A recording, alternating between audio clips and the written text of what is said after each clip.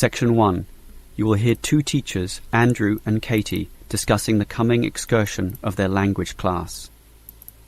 First, you have some time to look at questions 1 to 6. You will see that there is an example that has been done for you. On this occasion only, the conversation relating to this will be played first. Well, we have this school excursion plan, but when exactly is it? Is it this Tuesday or Wednesday? Well, it can't be Tuesday with the English tests taking place. Ah, right, not Tuesday but Wednesday. That's right, all day Wednesday, taking a bus outside the city. The excursion is on Wednesday, so Wednesday has been written in the space. Now we shall begin. You should answer the questions as you listen, because you will not hear the recording a second time. Listen carefully and answer questions 1 to 6. Well, we have this school excursion plan, but when exactly is it? Is it this Tuesday or Wednesday? Well, it can't be Tuesday with the English tests taking place. Ah, right, not Tuesday but Wednesday. That's right, all day Wednesday, taking a bus outside the city. And where are we going?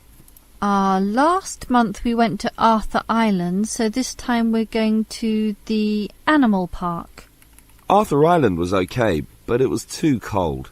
Let's hope the weather for this week's excursion is better. I don't suppose animals care about bad weather, but I certainly do. Have you heard the forecast? Yes, and it's not too bad. Basically, they're saying Monday will be sunny. Good. But then the weather will change. Not so good. Yes. Tuesday we'll have some showers, but by Wednesday, the day of our excursion, it will be, well, their words are cold and cloudy. Cold and cloudy. Well, as long as it isn't wet and rainy, I'm happy enough. We won't need umbrellas, just warm clothing. And what time will we get there? Let's see, the bus picks us up at 8:30 a.m. and then it's an hour and a half on the road, so we arrive at 10 a.m. Sorry, with the 15-minute break, that will actually be 10:15 a.m. That's early enough. Then all our students can see the animals, have their fun, and do whatever they want to do. Well, one fun event planned that day is Birds of Prey. What's that? That's when they bring out several birds of prey, eagles, falcons, kites, those sorts of birds, and throw pieces of meat into the air, and the birds swoop down and eat them. It's quite impressive. Sounds great. Birds of prey. Are there any other activities? There's a catered lunch at the park restaurant. We've already paid for that. And in the afternoon there's... Well, I had a choice between the reptile display and the koala handling. In the reptile display, the students can handle live pythons and various other snakes. Surely they'd rather hold koalas. I'm sure, but the koalas can't be handled unless the weather's sunny, and given the forecast, I thought it better to choose the reptile display. That's a shame. These Asian students would love the koala handling. Yes, I know, but we can't control the weather. And then we get back. What time will that be? We leave the park at 4:30, but then we face traffic, so we won't get back until well after 6 p.m. It will most likely be 6:30, but that's better than the last trip. We didn't get home until 8:30 that time. Yes, that was a bit too late, wasn't it? Before you hear the rest of the conversation, you have some time to look at questions 7 to 10. Now listen and answer questions 7 to 10. Andrew, I understand you've been doing some research regarding the breakdown by nationality of our student body. That must have produced some interesting results. You're right. I got some statistics from head office. I would imagine that most of our students are either Japanese or Chinese. You imagine right. But it's the Chinese who constitute the majority, but only just. I had thought Koreans might be second, but it's actually the Japanese, quite close behind. It's somewhat surprising, but obviously all those study tours that our university markets in Japan are bringing in students. What's the breakdown exactly? Japanese are a quarter of the whole, which is considerable. Last year they were only 16%, so that market has grown nicely. The only other proportions of some weight are the Indonesians and Koreans, about the same. Indonesians at 15% and the Koreans are a little higher, not like last year when they were less than 10%. I thought we'd have more Indonesians than Koreans. Well, as I said, they're about the same. Just like the Saudi and Thai student numbers, almost the same also, both just under 10. Which one is bigger? Thai students number just a fraction more. As for the other nationalities, collectively they're only 3%, so it wasn't worth giving each of them a separate category. I just grouped them under other.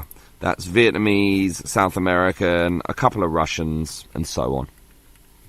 That is the end of section 1. You now have half a minute to check your answers. Now turn to section 2. You will hear a representative from Easy Travel Travel Agency explaining to some customers the benefits of her company. First, you have some time to look at questions 11 to 15. Now listen carefully and answer questions 11 to 15. Hello everyone.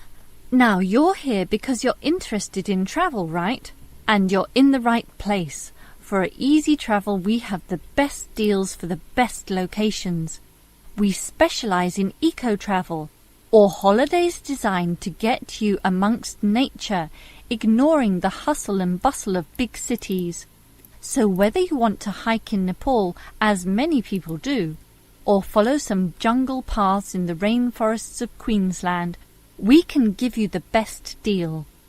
If you look at our office here, you'll see our overseas consultants. That's for trips overseas, obviously, to Europe, to North America, but primarily for the Asian market, which is generally more popular in this part of the world. Most people like that touch of the Orient, right? But they also like the domestic market, since this country offers its fair share of beautiful natural vistas. What about the deserts, anyone? What about some striking red rock gorges? Then talk to our domestic consultants, who can arrange anything you want.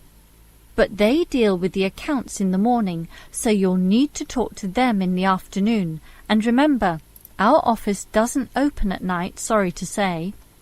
Now, around the outskirts and outer regions of this city, there are many beautiful places that you might not be aware of, and the advantages of these regional locations are many. Mostly by being closer, some of them can be done in a day tour. Yes, it's fast and convenient with none of those long-haul bus trips which often leave you cramped and uncomfortable and stuffing heavy suitcases into luggage racks. But I should tell you about our buses, those that are needed for the somewhat more distant holiday destinations. They definitely do not suffer from those problems I just mentioned. We use the services of the famous Sleek Line Company, whose buses are known as the very best. Yes, they are big, yes, they are comfortable, but what makes them especially different is the personal attendant who accompanies the driver, ready and willing to serve you and ensure that your trip is the very best. So whether it's overseas or local, we can certainly give you what you want. Now, do you have any questions? Before you hear the rest of the talk, you have some time to look at questions 16 to 20. Now listen and answer questions 16 to 20. Right, let me orient you to our main Easy Travel office here. On this table right beside us are travel magazines for you to browse through, and on the wall next to that are many more for all parts of the world. Our 4 travel consultants sit over there on the other side of that long counter. That's right, 4 of them, side by side, all serving various regions. Now, let me tell you their specific functions. Firstly, the consultant on the left next to the plant, is the local tours consultant, serving tours in the immediate vicinity of this city. Next to her is what we call regional tours, targeting the statewide options. Next to her is the interstate tours, and that can involve either buses or planes.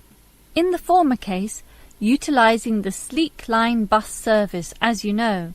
And finally, next to her in the corner is General Inquiries, which is self-explanatory. If you have questions of a general nature, rather than one relating to specific destinations, you can go there.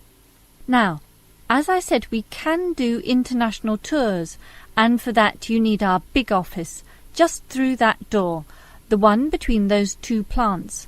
However, if your international tour is in the Asian region, which is generally our most popular option, then we deal with that in a separate room, the one opposite international tours, but not the corner one.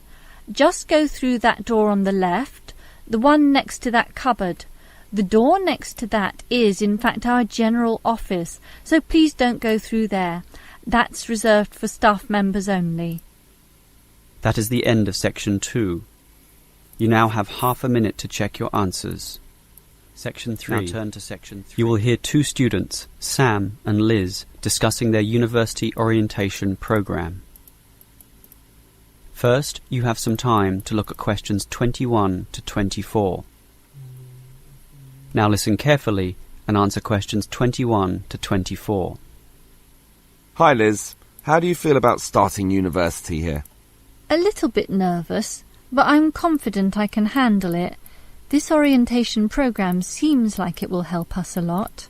Sure. I'm looking at the timetable here myself. It seems that there are choices available. I can see. So, what are you going to do Monday afternoon? In the morning we all have the opening lecture, but it looks like we have a choice later that day, as you said. Well, the careers lecture might be helpful, but I am interested in the uni tour. It's probably too early to be thinking of careers now anyway, and I want to know what's what at this new university, so I'm doing the tour. All right, I'll come along with you. Might learn something interesting.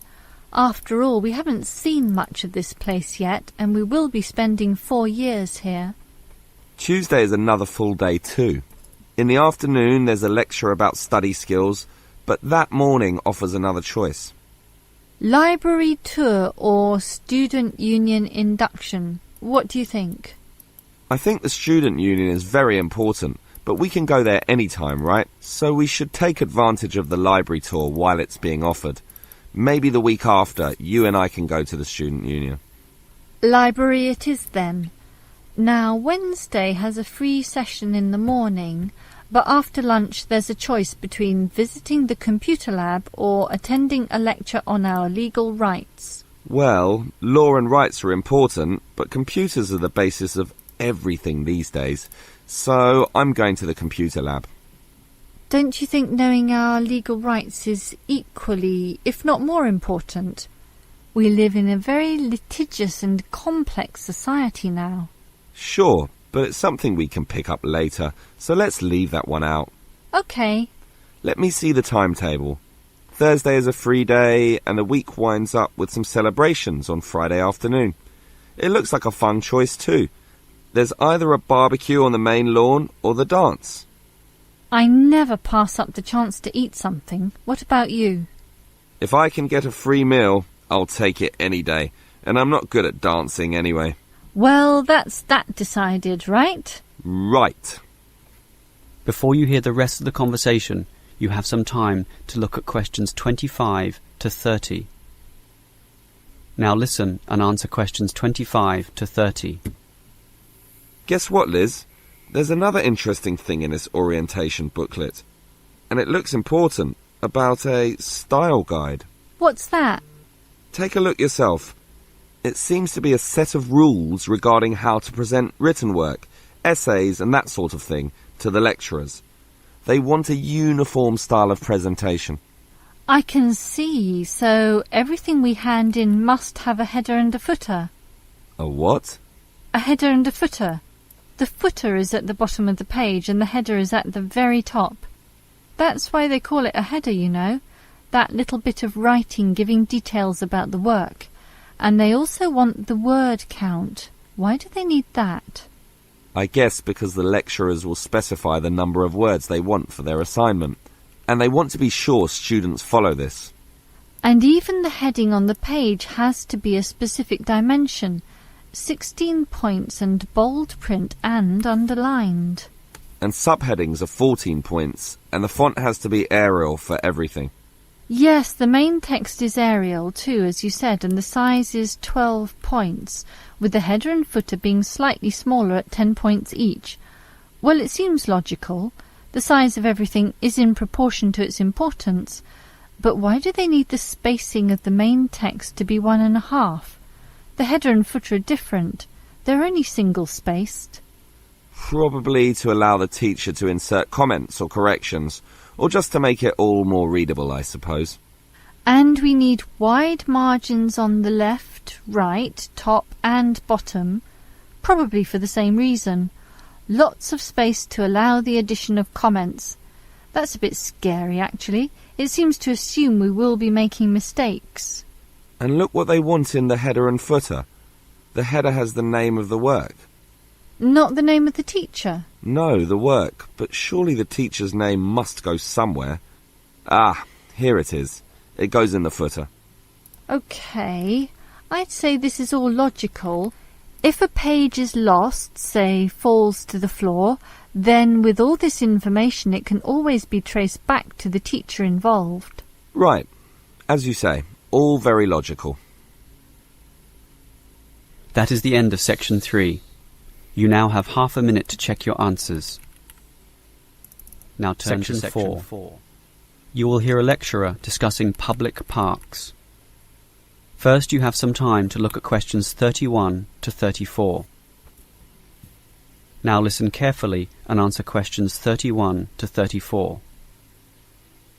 Most of us are familiar with a local park. We spend time there, play there, and have some of our best memories in these places. But what is a park? Basically, it can be defined as a natural, or at least semi-natural, piece of land, planted with a variety of trees, bushes and flowers, protected and reserved for the enjoyment of all citizens. There are usually regulations about the sorts of behaviour that can take place within, and sometimes there are facilities such as children's playgrounds or fields for ball games and other sorts of activities. For this reason, if there is grass, it is kept short, and this also discourages the breeding of insect pests. A well-maintained park actually needs a lot of people to look after it, and more so if the park showcases special plants, flowers or trees, in which case it is called a botanic garden. In complete contrast, if the park is big and remote enough, it is sometimes designated as a wilderness park, to be left completely alone and untouched, protected from all development in order to allow wild species, both plant and animal, to live undisturbed. But it is the urban park, the sort of park that most people are familiar with, that I want to talk about now.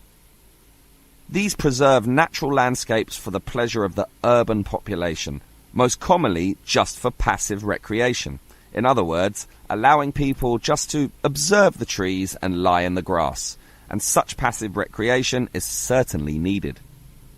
Before you hear the rest of the lecture, you have some time to look at questions 35 to 40. Now listen and answer questions 35 to 40. Continuing on the subject of parks, it might surprise you to know that once there were none. 1,000 years ago, there was no need, since there were already extensive open spaces, forests and wilderness surrounding most cities and towns, for example in Europe.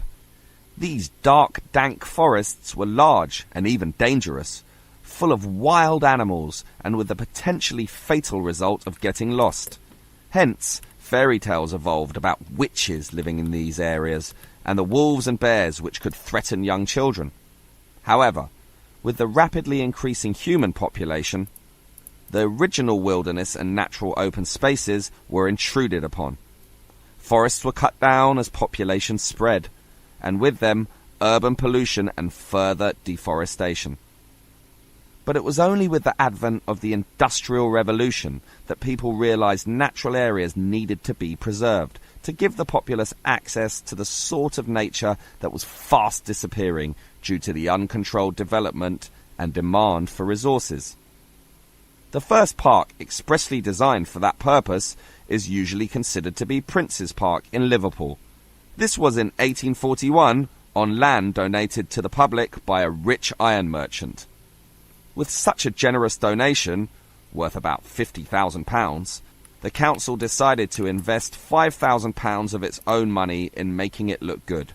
Consequently, they hired a landscape designer, Joseph Paxton, who designed twisting turning pathways among shade-giving trees, all based around a central lake. In many ways, it became the prototype for all later large parks, including the famous Central Park in New York. But if we were to pick the park that most people are familiar with, it would be the much smaller neighbourhood park. These can be tiny, but by being in the midst of extensive development and dense populations, they are increasingly seen as a refuge where one can get a glimpse of true nature. Many psychologists now maintain that this glimpse is necessary, for ultimately, as a species, we have an innate affinity for nature, and the concrete urban zoo clashes with our inner being.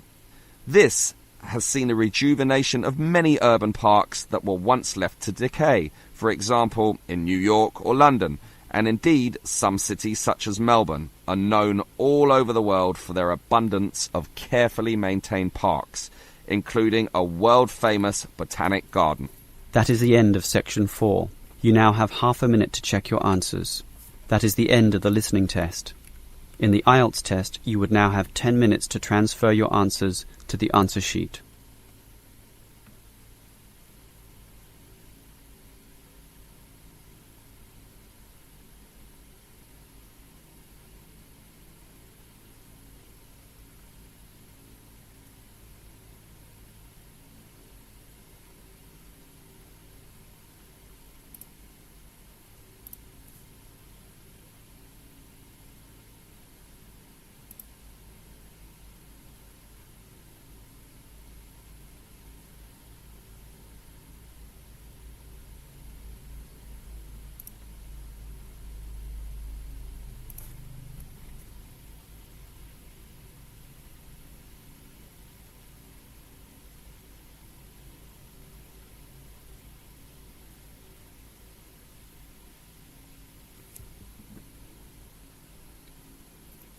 Rồi 20 phút chết rồi con.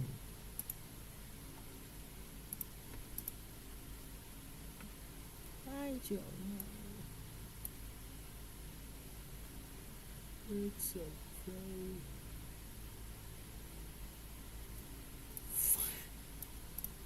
Ai trưởng.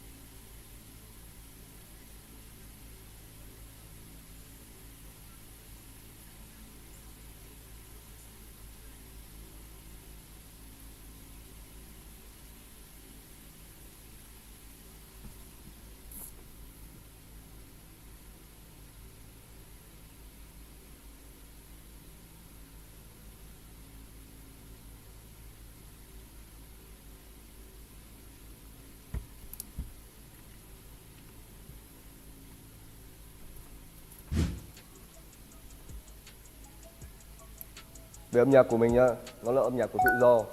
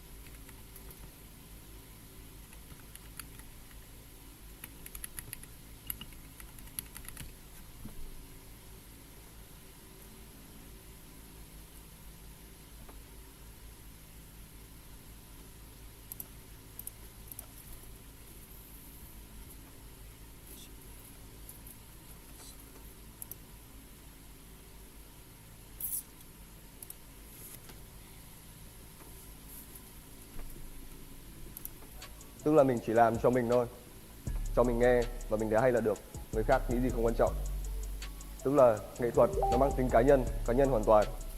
Và âm nhạc của mình được tạo ra để phục vụ cho mình, cho sở thích của mình, đơn giản là thế thôi. Về âm nhạc của mình nhá, nó là âm nhạc của tự do. Tức là mình chỉ làm cho mình thôi, cho mình nghe và mình thấy hay là được, người khác nghĩ gì không quan trọng. Tức là nghệ thuật nó mang tính cá nhân hoàn toàn. Và âm nhạc của mình được tạo ra để phục vụ cho mình, cho sở thích của mình, đơn giản là thế thôi. Về âm nhạc của mình nhá, nó là âm nhạc của tự do. Tức là mình chỉ làm cho mình thôi, cho mình nghe và mình thấy hay là được, người khác nghĩ gì không quan trọng. Tức là nghệ thuật nó mang tính cá nhân hoàn toàn. Và âm nhạc của mình được tạo ra để phục vụ cho mình, cho sở thích của mình, đơn giản là thế thôi. Về âm nhạc của mình nhá, nó là âm nhạc của tự do. Tức là mình chỉ làm cho mình thôi, cho mình nghe và mình thấy hay là được, người khác nghĩ gì không quan trọng. Tức là nghệ thuật nó mang tính cá nhân hoàn toàn. Và âm nhạc của mình được tạo ra để phục vụ cho mình, cho sở thích của mình, đơn giản là thế thôi. Về âm nhạc của mình nhá, nó là âm nhạc của tự do. Tức là mình chỉ làm cho mình thôi, cho mình nghe và mình thấy hay là được, người khác nghĩ gì không quan trọng. Tức là nghệ thuật nó mang tính cá nhân hoàn toàn. Và âm nhạc của mình được tạo ra để phục vụ cho mình, cho sở thích của mình, đơn giản là thế thôi.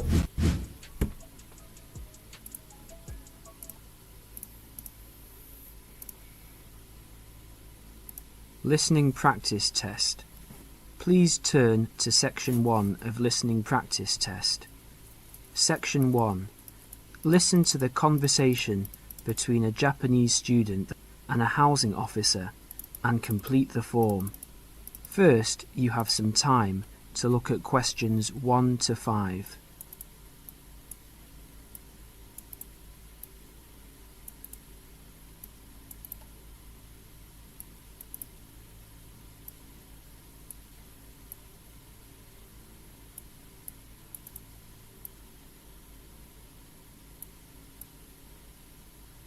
You will see that there is an example which has been done for you. The conversation relating to this will be played first. Yes, what can I do for you? My friend is in a homestay and she really enjoys it, so I'd like to join a family as well. Okay, let me get some details. What's your name? My name is Keiko Yoichini. Could you spell your family name for me, please? Yes, it's Yoichini. That's Yuichini. The student's family name is Yuichini, so that has been written on the form. Now we shall begin. You should answer the questions as you listen, because you will not hear the recording a second time. Now listen carefully and answer questions 1 to 5. Yes, what can I do for you? My friend is in a homestay and she really enjoys it, so I'd like to join a family as well. Okay, let me get some details. What's your name? My name is Keiko Yoichini. Could you spell your family name for me, please? Yes, it's Yoichini. That's Yuichini. And your first name? It's Keiko. Keiko. That's Keiko Yuichini. Okay. And you're female. And your nationality? I'm Japanese. Right. And could I see your passport, please? Here it is. OK, your passport number is JO6337. And you are how old? I'm 28 years old. Now you're living in one of the colleges. Which one? Willow College, Rome 21C. Right, 21C, Willow College. And how long are you planning to stay with Homestay? About 4 months, longer if I like it. And what course are you enrolled in? Well, I've enrolled for 20 weeks in the Advanced English Studies because I need help with my writing. And I'm nearly at the end of my first 5-week course. Right, so you've completed 5 weeks and you have enrolled for another 15 weeks. That's about 4 months altogether. That's right, about 4 months. Before they continue their conversation, look at questions 6 to 10.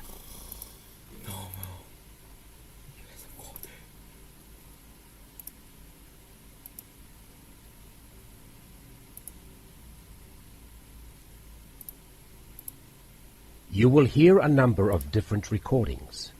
You will have time to read the questions before each recording and time at the end of each recording to check your answers. The recordings will be played once only. The test is in 4 sections. Now turn to Section 1. Section 1, you will hear a conversation between a customer and a receptionist at a car rental agency.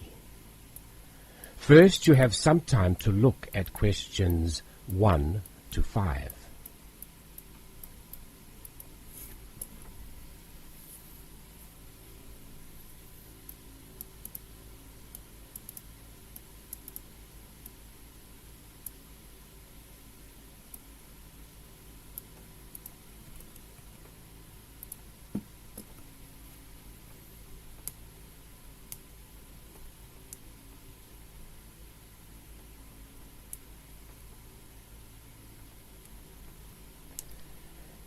Now listen and answer questions 1 to 5. Good morning. How can I help you? Hello, is this Southern Rental Car? Yes, it is. I wonder if you could help me. I'm ringing from Nelson, but I'm coming over to Auckland for 12 days and I'd like to hire a car. Okay, I'll fill in a booking for you now. First, can I take your name? Yes, it's William Waddell. Sorry, could you spell your surname? Yes, it's Waddell. Thanks. Now, can I have an address and phone number? Sure. I live at 10 Robin Place. That's Robyn Place. And that's Nelson, isn't it? That's right. Do you want my home number or my mobile? Home number will be fine. Okay, it's 07263 8666. Great. Now, can I also have a credit card number? Do I have to pay by credit card? Well, we need a credit card number as a guarantee. It's a standard policy for car rentals. Okay, well, I'll pay by Visa then. The card number is 4550 1392 8309 3221. And the expiry date? Sorry? Your card, when does it expire? Oh, next July. Right. Now, how long did you want the car for? 12 days, did you say? No, I only need a car for 10 days, from the 2nd to the 11th of next month.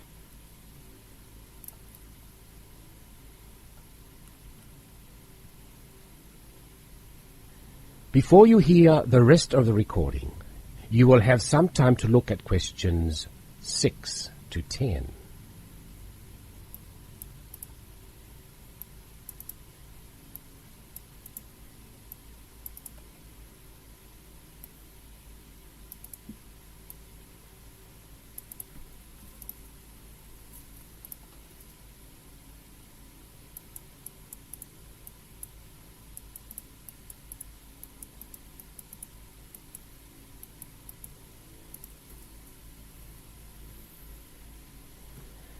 Now listen and answer questions 6 to 10. Now, what type of car are you looking to hire? Well, I'm not too worried about the model of the car, but I understand that you have rental cars from just $25 a day. Is that correct? We do sometimes have the $25 deals, but only in the low season. For the period you're looking at, the cheapest we have is $35. However, that price includes unlimited kilometres. Sorry, did you say unlimited kilometres? What does that mean exactly? That means that no matter how far you go, the cost is the same. Some companies charge for rental and then charge again for every kilometre you actually drive. Well, I am going to be travelling quite long distances. I'm visiting relatives and they live quite far apart from each other. So unlimited kilometres are probably a good idea. If you're travelling long distances, you would be better off with an automatic. Changing gears in a manual can make it more expensive on petrol. Okay, I'll take the automatic then. Right. So that's an automatic car for 10 days from the 2nd to the 11th. That's all booked. Is there anything else I can help you with? No, that's fine. Oh, sorry, what do I need to bring with me when I pick up the car? All you need is your driving licence. Right. Well, thanks very much. Bye. That is the end of section 1. You now have half a minute to check your answers.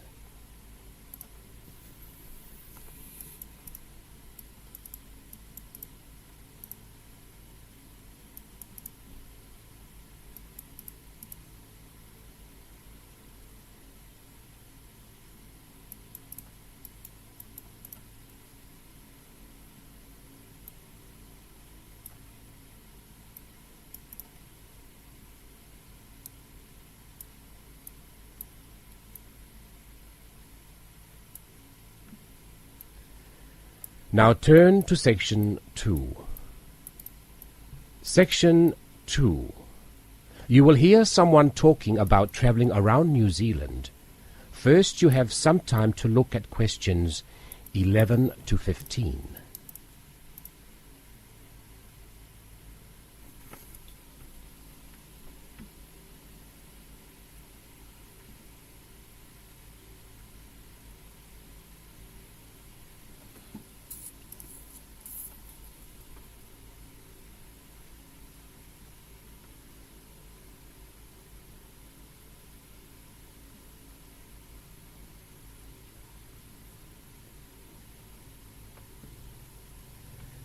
Now listen and answer questions 11 to 15. When thinking about beautiful countryside or stunning views, it has long been accepted that Australia and New Zealand have few equals. What is perhaps slightly less well known is what these countries can offer to the avid train enthusiast. Both countries have railways which pass through breathtaking scenery in the utmost of comfort.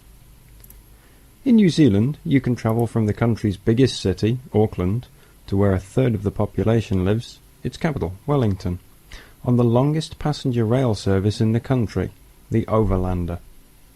Crossing 681 kilometres, the train winds through the lush farmland of the Waikato and up the Raurumu spiral onto an amazing volcanic plateau surrounded by native bush. On a clear day, you will be able to see 3 of New Zealand's most famous volcanoes, Mount Ruapehu, Mount Ngauruhoe and Mount Tongariro. The whole journey can be completed in 11 hours, but for those keen to see a little more of the country, the trip can be extended over 3 or 4 days. This gives travellers the opportunity of seeing the famous Waitomo caves, relaxing in the mud pools of Rotorua, or skydiving over Lake Taupo. Moving on to the South Island, you can take the Transalpine through the Southern Alps, travelling from the South Pacific Ocean to the Tasman Sea. Climbing from Christchurch right into the Alps, this 223-kilometre trip is particularly impressive as the train passes through 16 tunnels before descending to Greymouth at the end of the line. Taking only 5 hours, this is a relatively short trip, but it is worth noting that this journey has been listed as the 6th most scenic rail route in the world. For those that are not so keen on mountains, the South Island has a second option, the Transcoastal. With the sea on one side and the mountains on the other, it again shows some of the best scenery New Zealand has to offer. Also taking 5 hours, one of the highlights of this journey is the opportunities for whale watching. The fortunate few that see whales are well rewarded, but there are more common sights which are just as enjoyable, such as penguins and seals.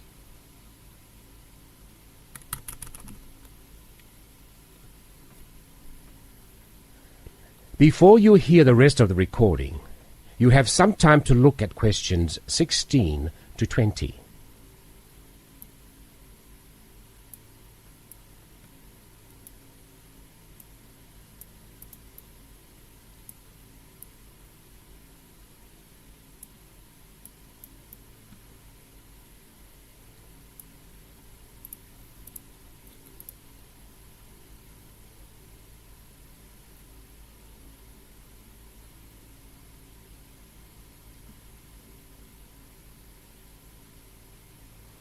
Now listen and answer questions 16 to 20. Although these 3 train journeys are undeniably breathtaking, some travellers prefer the longer journeys on offer in Australia. The Indian Pacific, for example, which travels from Sydney through to Perth and has been dubbed the adventure that spans Australia. With 3 nights on board, the train takes in the Blue Mountains and the Nullarbor Plains, and, as the name implies, the Indian Pacific shows you 2 oceans. This train journey holds 2 world records. Covering 4,352 kilometres, it is one of the world's longest train journeys.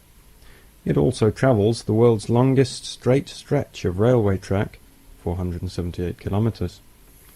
For those who find these distances a little daunting, passengers can stretch their legs at a number of different stops, such as Kalgoorlie, famous for gold, and Broken Hill, first founded as a silver mine. If 3 days on board a train seems a little excessive, there are alternatives. The Ghan, for example, which travels from Adelaide in the south to Alice Springs in the centre of the continent, taking 20 hours.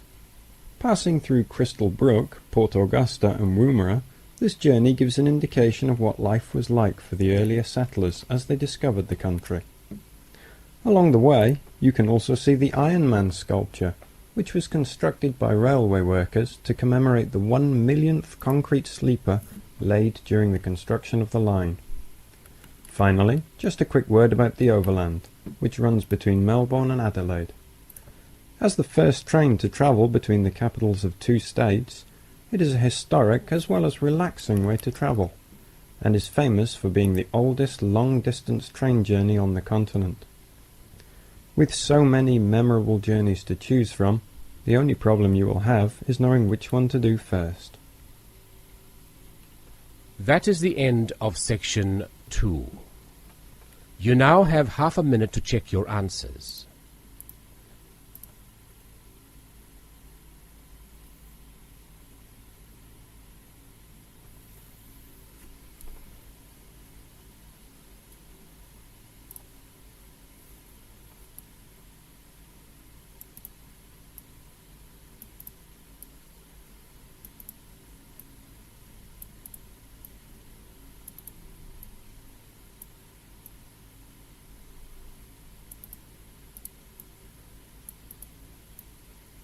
Now turn to section 3. Section 3. You will hear 2 students talking about a school project. First, you have some time to look at questions 21 to 25.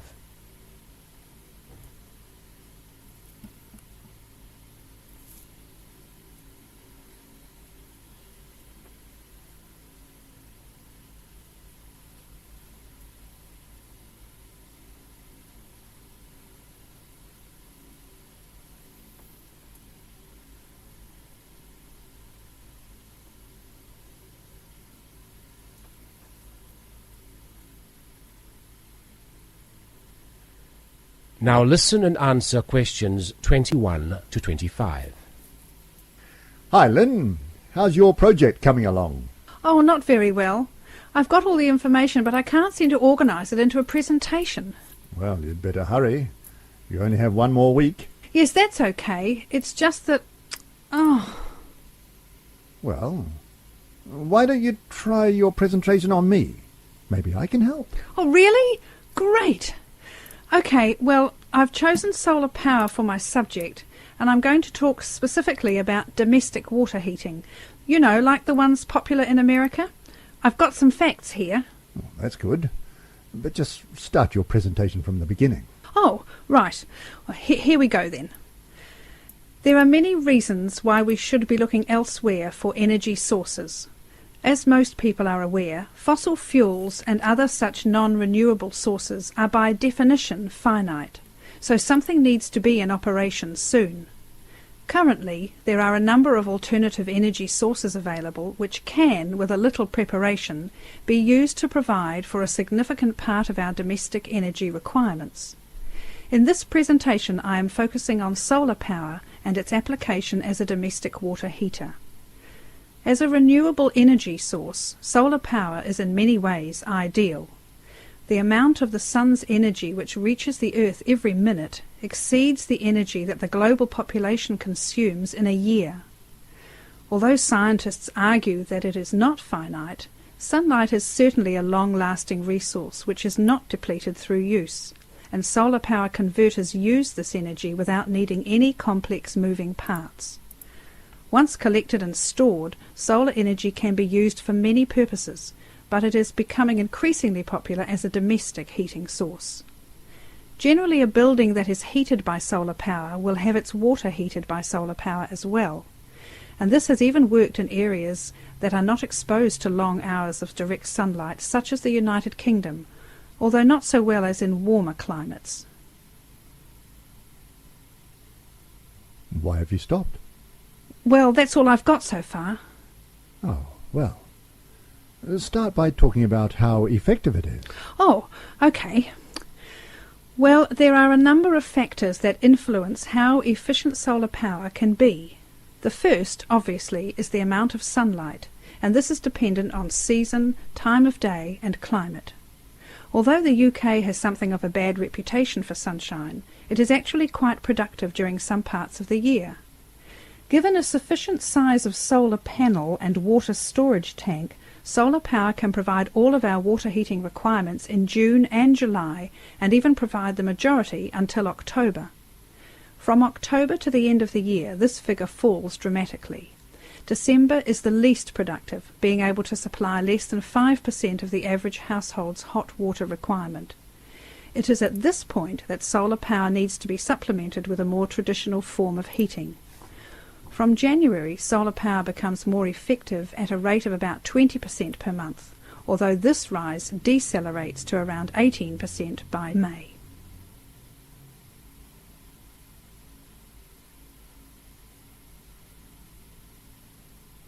Before you hear the rest of the recording, you have some time to look at questions 26 to 30.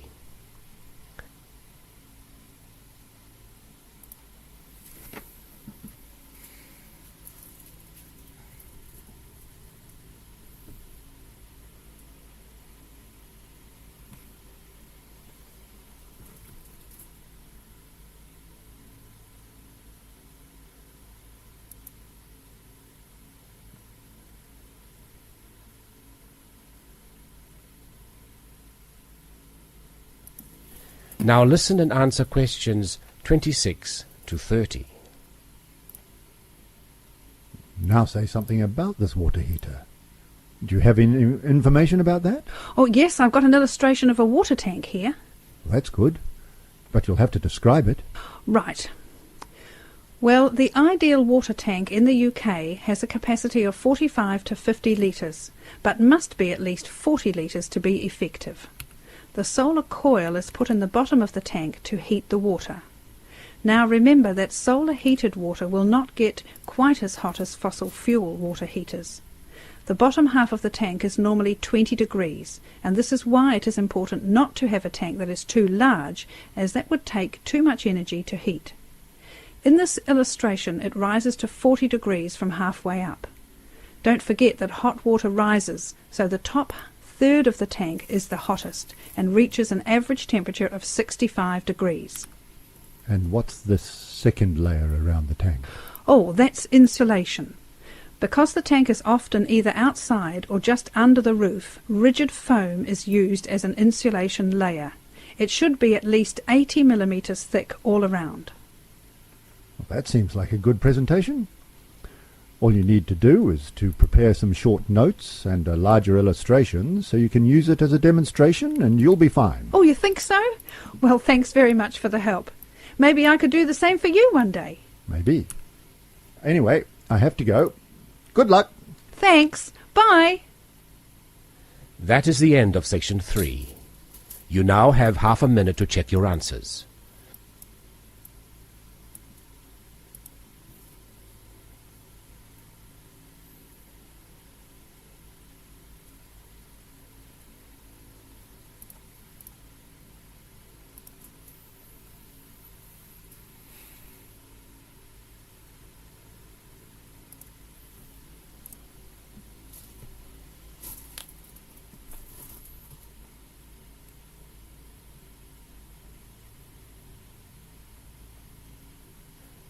Now turn to section 4.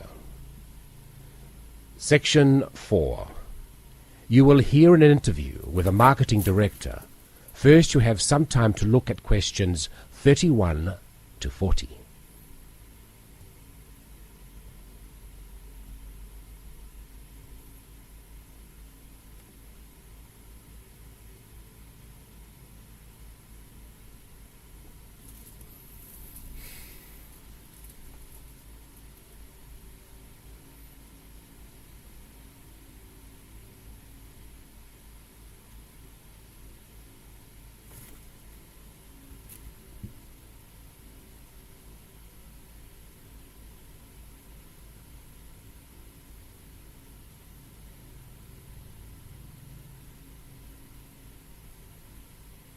Now listen and answer questions 31 to 34.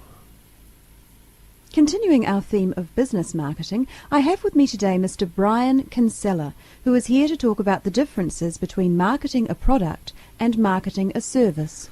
Good morning. Now I understand that many of you here today are interested in a career in services marketing. Well, I've been the marketing director for Oceania Travel for nearly 11 years. So I feel that I can present what I consider to be the most important aspects of marketing a service. However, before I begin, I want to clarify what I mean by services marketing. This not only means aspects like holiday destinations, but also professional services such as legal advice. In short, anyone that sells a service. Actually, a lot of the traditional services such as lawyers, accountants, etc., have not felt too comfortable marketing their services. It's almost perceived in industries such as these that the need to market indicates a weakness in the services provided. However, more and more such industries are realizing the importance of marketing to sustain their customer numbers, especially when their competitors are marketing themselves. Now, the main difference between marketing a product and a service is that the customers cannot understand exactly what the service will be. They can see a product and can comprehend exactly what the product will do for them. A service is more intangible. By that, I mean whatever each customer gains from the service is often very personal. For example, with a travel agency, clients choose to travel abroad for a multitude of motives.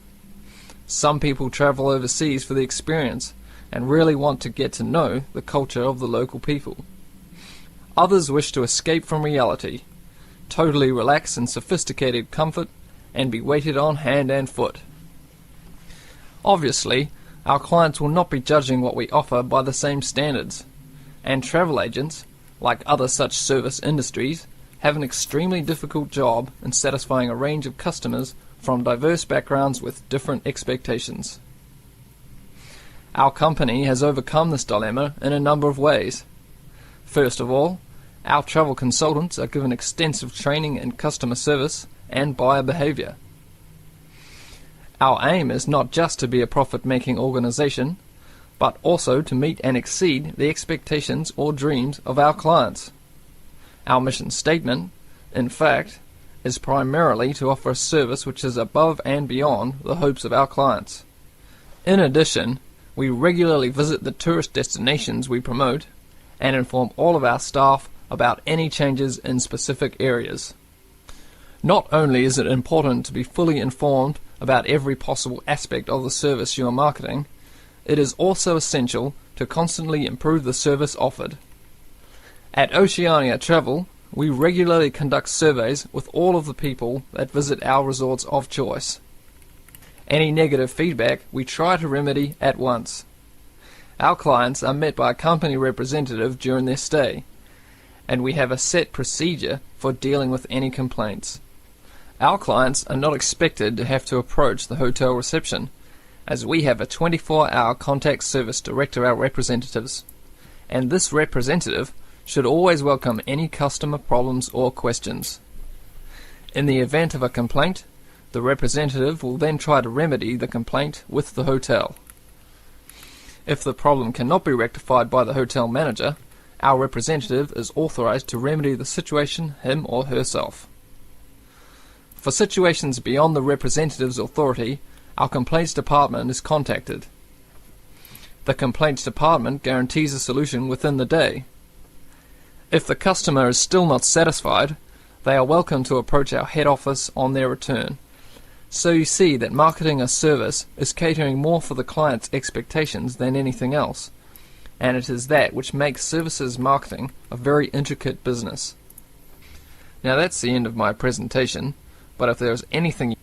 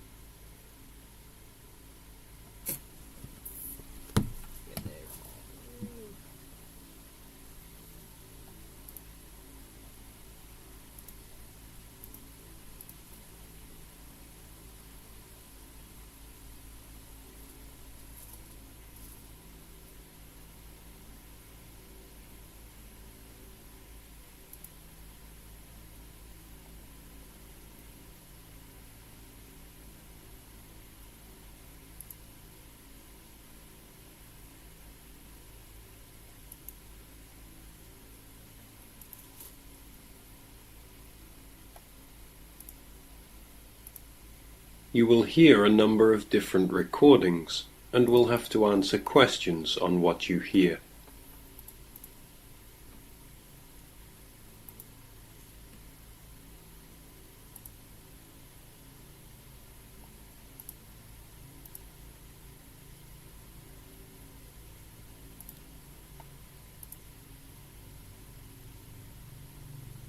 You will hear a number of different recordings.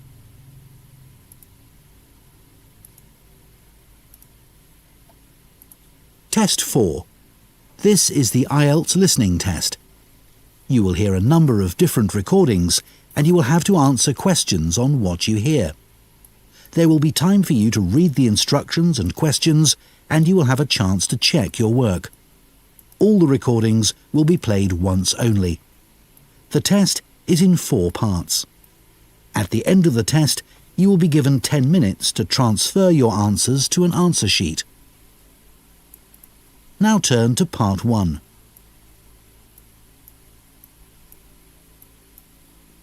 Part 1. You will hear a man who works at an employment agency phoning a woman who is looking for a job.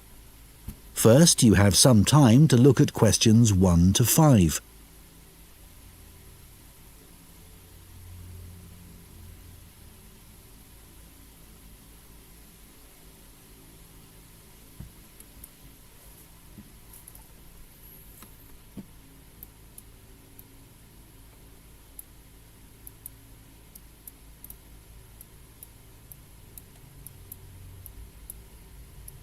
Now listen carefully and answer questions 1 to 5. Hello? Oh, hello. Is that Julie Davison? Yes. This is Greg Preston from the employment agency. We met last week when you came in to inquire about office work. Oh, that's right. Now, we've just had some details come in of a job which might interest you. OK. So this is a position for a receptionist. I believe you've done that sort of work before? Yes, I have. I worked in a sports centre for a couple of years before I got married and had the children. Right. Well, this job's in Fordham, so not too far away for you, and it's at the medical centre there. OK. So where exactly is that? It's quite near the station on Chastons Road. Sorry? Chastons Road. That's CHASTONS.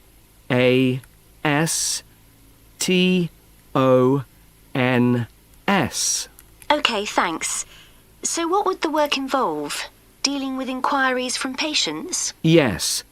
And you'd also be involved in making appointments, whether face-to-face or on the phone, and rescheduling them if necessary. Fine, that shouldn't be a problem. And another of your duties would be keeping the centre's database up to date. Then you might have other general administrative duties as well, but those would be the main ones. OK. Before you hear the rest of the conversation, you have some time to look at questions 6 to 10.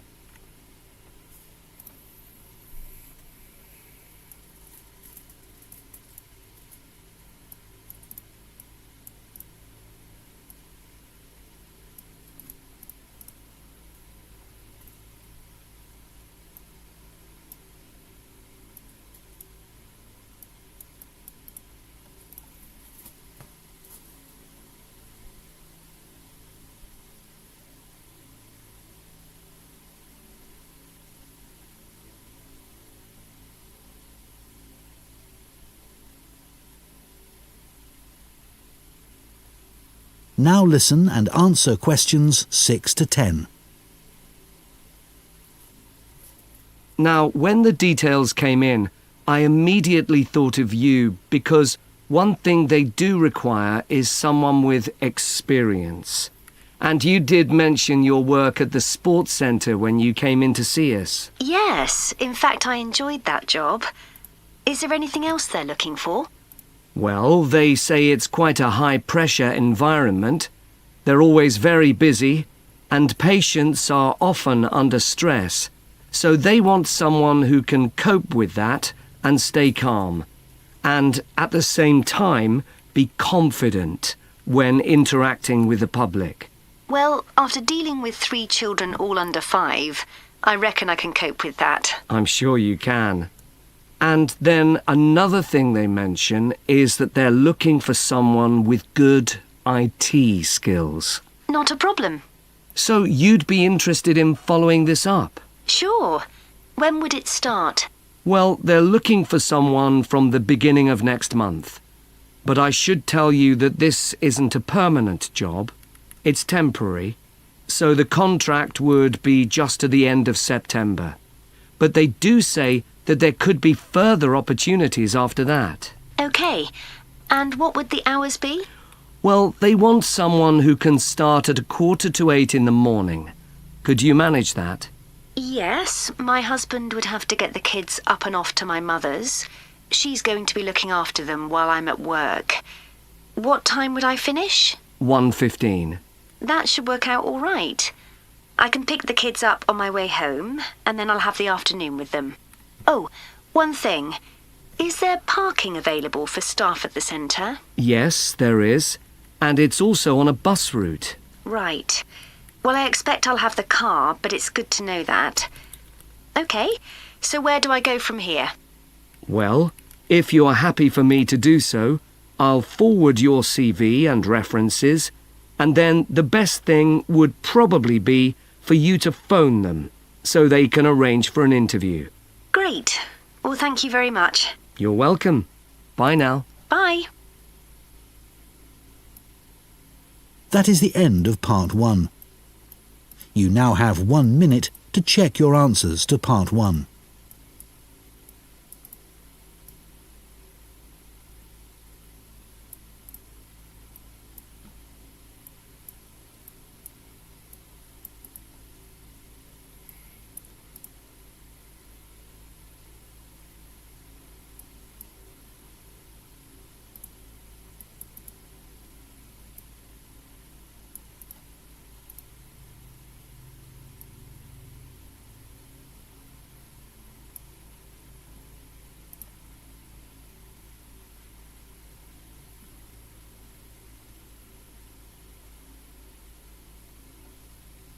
Part 2. You will hear a guide at a farming museum.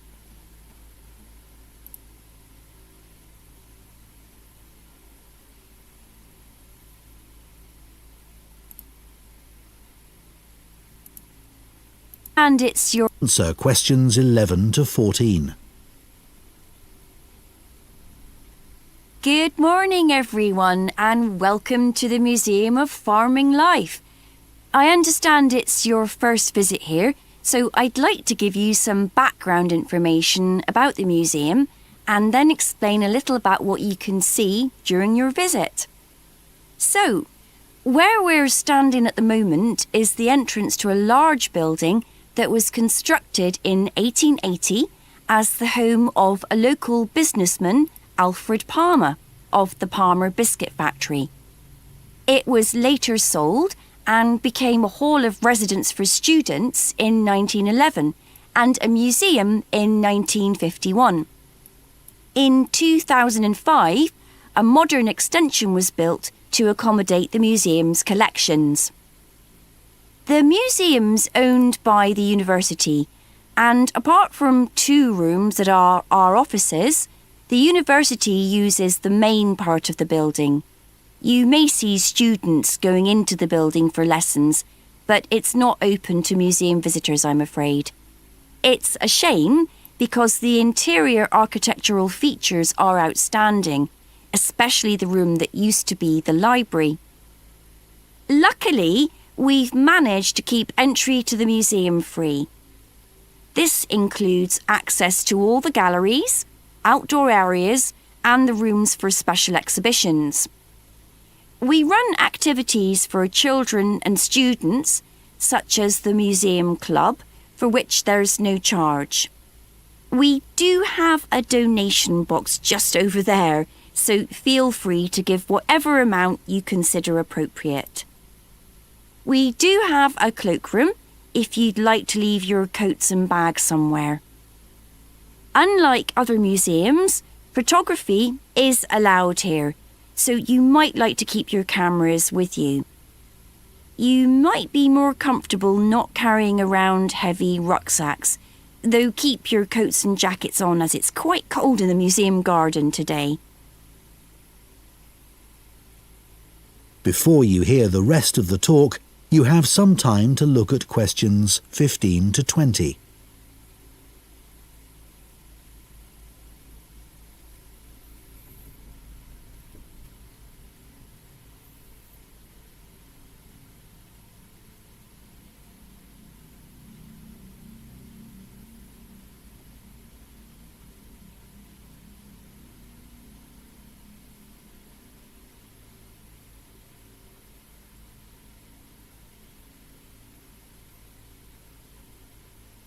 Now listen and answer questions 15 to 20. I'd like to tell you about the different areas of the museum.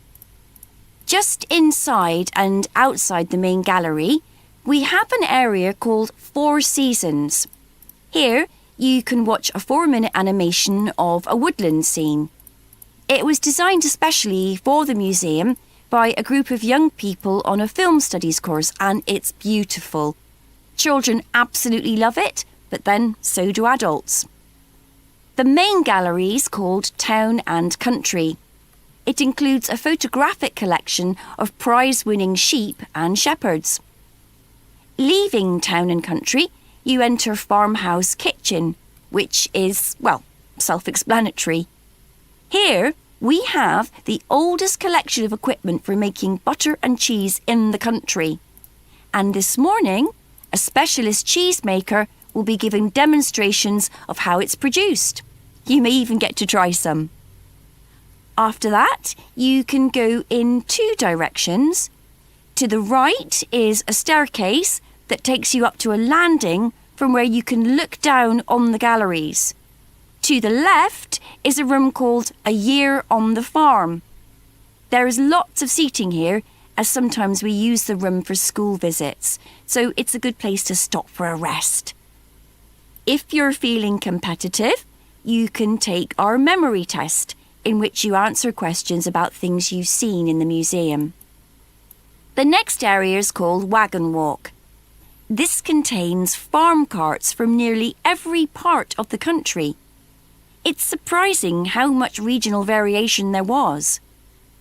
Beside the carts are display boards with information about each one. The carts are old and fragile, so we ask you to keep your children close to you and ensure they don't climb on the carts.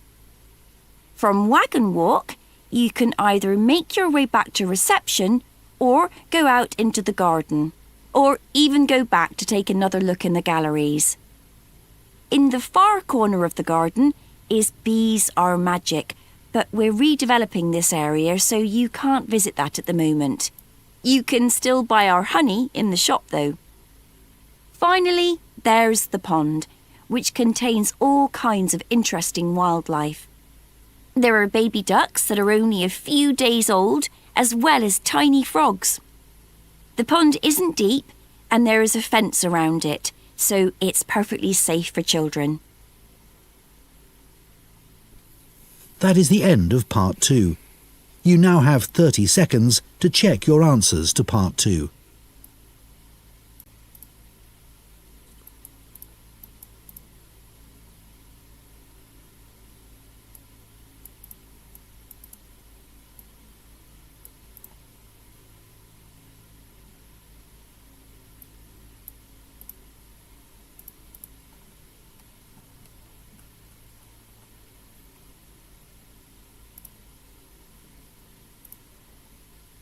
Part 3.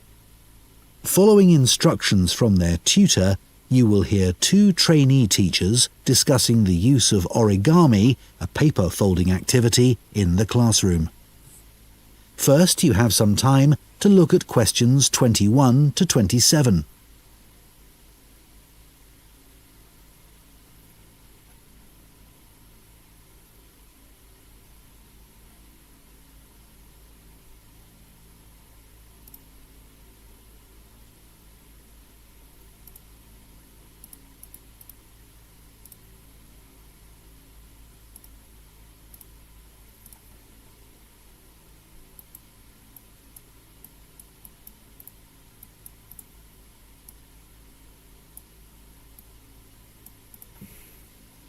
Now listen carefully and answer questions 21 to 27. So now I want you to discuss the lesson we've just been watching on the video and think about the ways in which origami can be a useful educational tool. Can you all work with the person sitting next to you? I had no idea that such a simple thing like folding squares of paper to make the shape of something like a bird could be such an amazing tool. It's made me see origami in a whole new light. I know. It was interesting to see the educational skills the children were developing by doing origami. On the video you could see them really listening hard to make sure they did all the steps in the right order to make the bird. That's right. In this lesson, they were working individually, but it would also be interesting to see if the children could work out how to make something simple without being given any direction. That would help with building teamwork as well. Yes, but much more of a challenge. One thing that really stood out for me was that the children were all having fun while being taught something new. Which is a key aim of any lesson with this age group. And although these kids had no problems with folding the paper, with younger children you could do origami to help practice fine motor skills. Absolutely. Shall we talk about the individual children we saw on the video? I wrote all their names down and took some notes. Yes, I did too. Okay, good. Let's start with Sid. He was interesting because before they started doing the origami, he was being quite disruptive. Yes, he really benefited from having to use his hands. It helped him to settle down and start concentrating. Yes, I noticed that too. What about Jack? I noticed he seemed to want to work things out for himself. You could see him trying out different things rather than asking the teacher for help. What did you make of Naomi? She seemed to be losing interest at one point, but then she decided she wanted her mouse to be the best, and that motivated her to try harder. She didn't seem satisfied with hers in the end, though. No. Anya was such a star. She listened so carefully and then produced the perfect bird with very little effort. I think the teacher could have increased the level of difficulty for her. Maybe. I think it was the first time Zara had come across origami. She looked as if she didn't really get what was going on. She seemed unsure about what she was supposed to do. But in the end, hers didn't turn out too badly. Yeah, I'm sure it was a positive learning experience for her. Before you hear the rest of the discussion, you have some time to look at questions 28 to 30.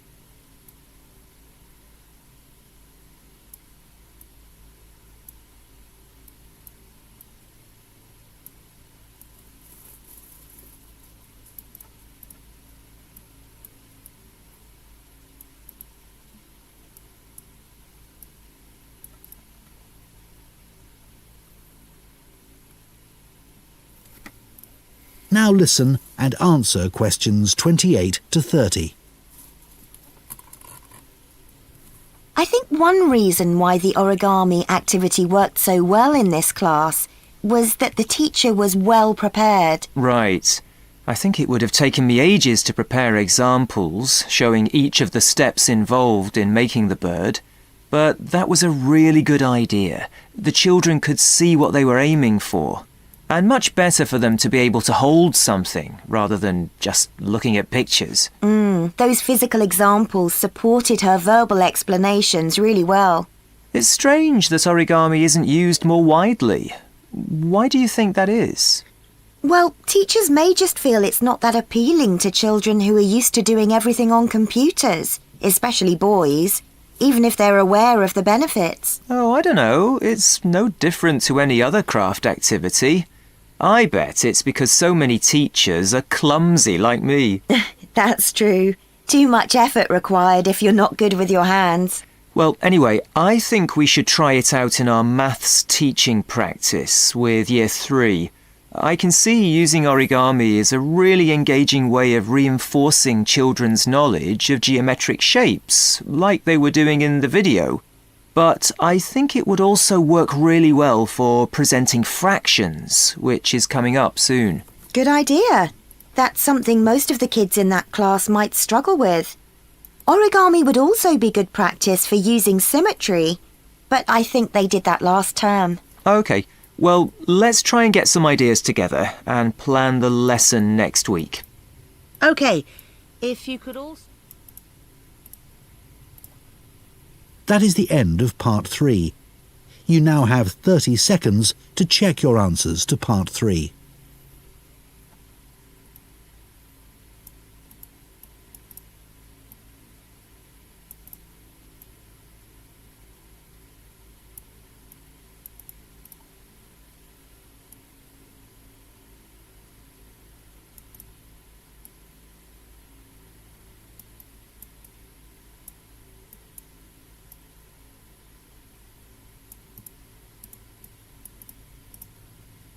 Part 4. You will hear a literature student giving a talk about Victor Hugo, a famous 19th century French writer.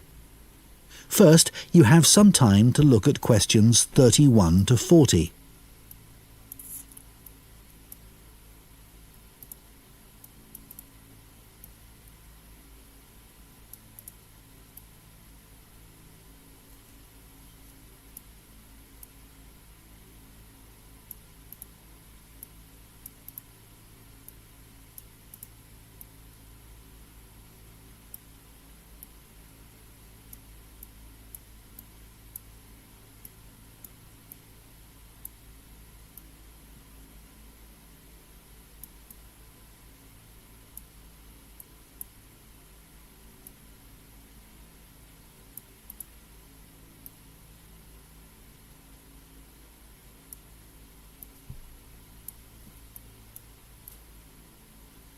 Now listen carefully and answer questions 31 to 40. The person I've chosen to talk about is the French writer Victor Hugo. Many people have heard of him because his novel, Les Miserables, which he wrote in 1862, is famous around the world. It became a stage musical in the 1980s, and a film version was also released in 2012. So some of us, I'm sure, have a pretty general idea of the plot, but we know much less about the author.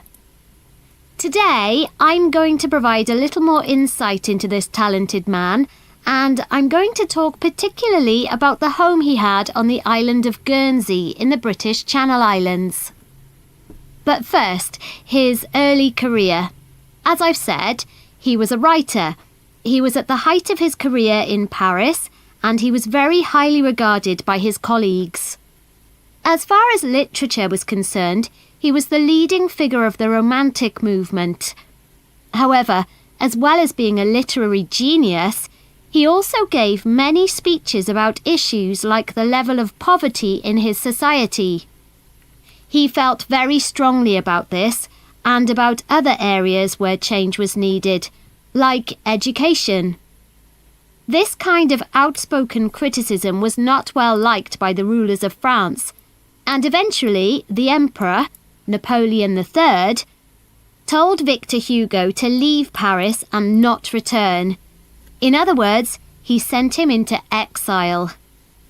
So Victor Hugo was forced to reside in other parts of Europe. Guernsey was actually his third place of exile, and he landed there in 1855. He produced a lot while on Guernsey, including Les Miserables, and to do this, he had to spend a great deal of time in the home that he had there.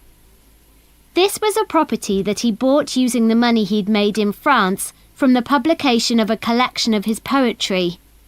It was the only property he ever owned, and he was very proud of it.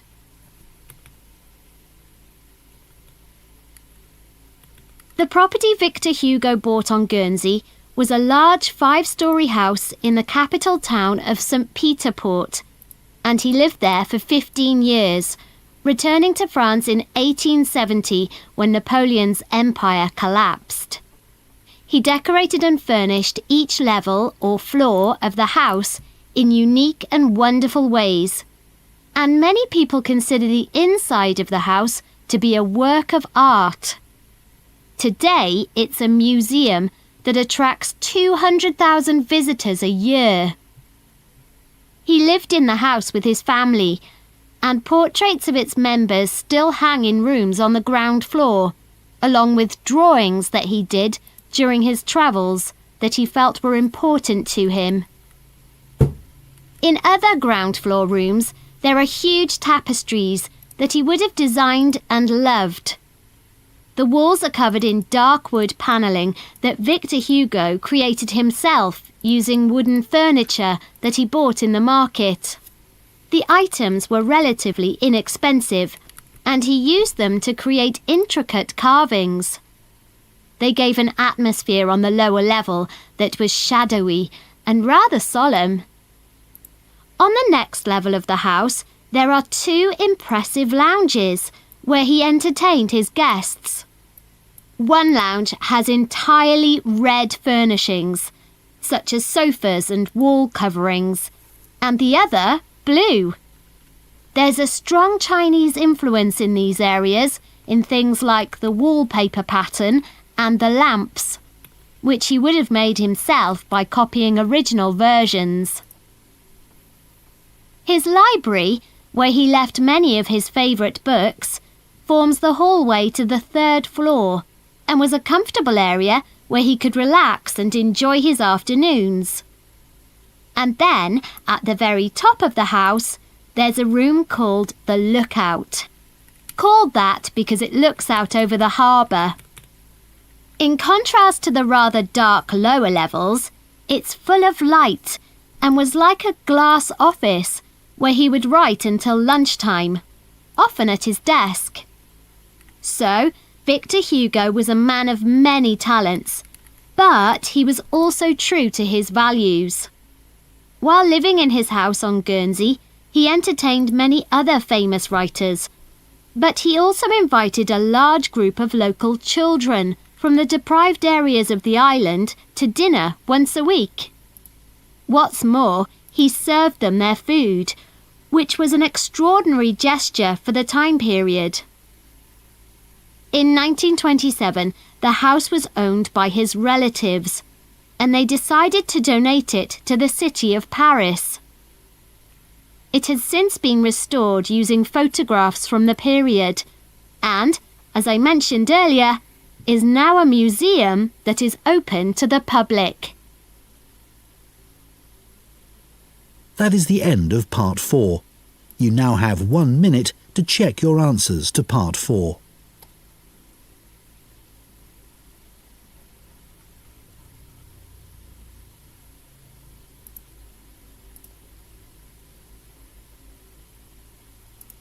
Oh, one thing. Is there parking available for... Well, they're looking for someone from the beginning of next month. But I should tell you that this isn't a permanent job. It's temporary. So the contract would be just to the end of September. But they do say that there could be further opportunities after that. OK. And what would the hours be? Well, they want someone who can start at 7:45 in the morning. Could you manage that? Yes, my husband would have to get the kids up and off to my mother's. She's going to be looking after them while I'm at work. What time would I finish? 1:15. That should work out all right. I can pick the kids up on my way home, and then I'll have the afternoon with them. Oh, one thing. Is there parking available for staff at the centre? Yes, there is. And it's also on a bus route. Right. Well, I expect I'll have the car, but it's good to know that. OK, so where do...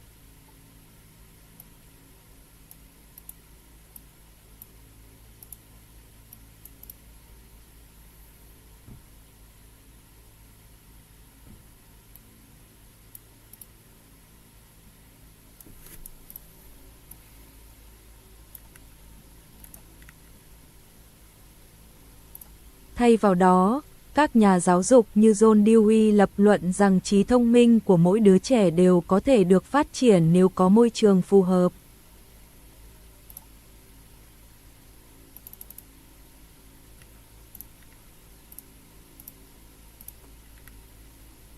Khi những quan niệm về bản chất của trí thông minh bắt đầu thay đổi.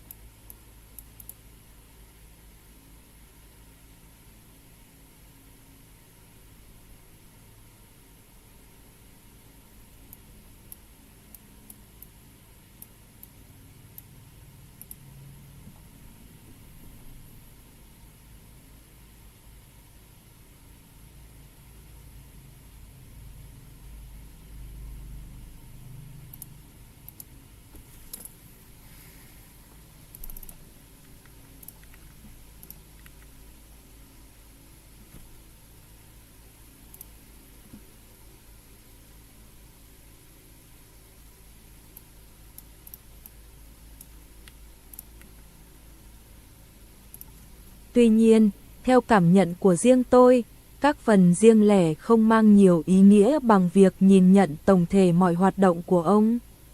Về phương diện này, tôi mong độc giả hãy thử trải nghiệm cuộc đời của Wegener đúng như cách ông đã sống, với tất cả những sự gián đoạn, những lần thay đổi ý định và cả những nỗ lực được khơi dậy lại mà quá trình đó mang đến 37.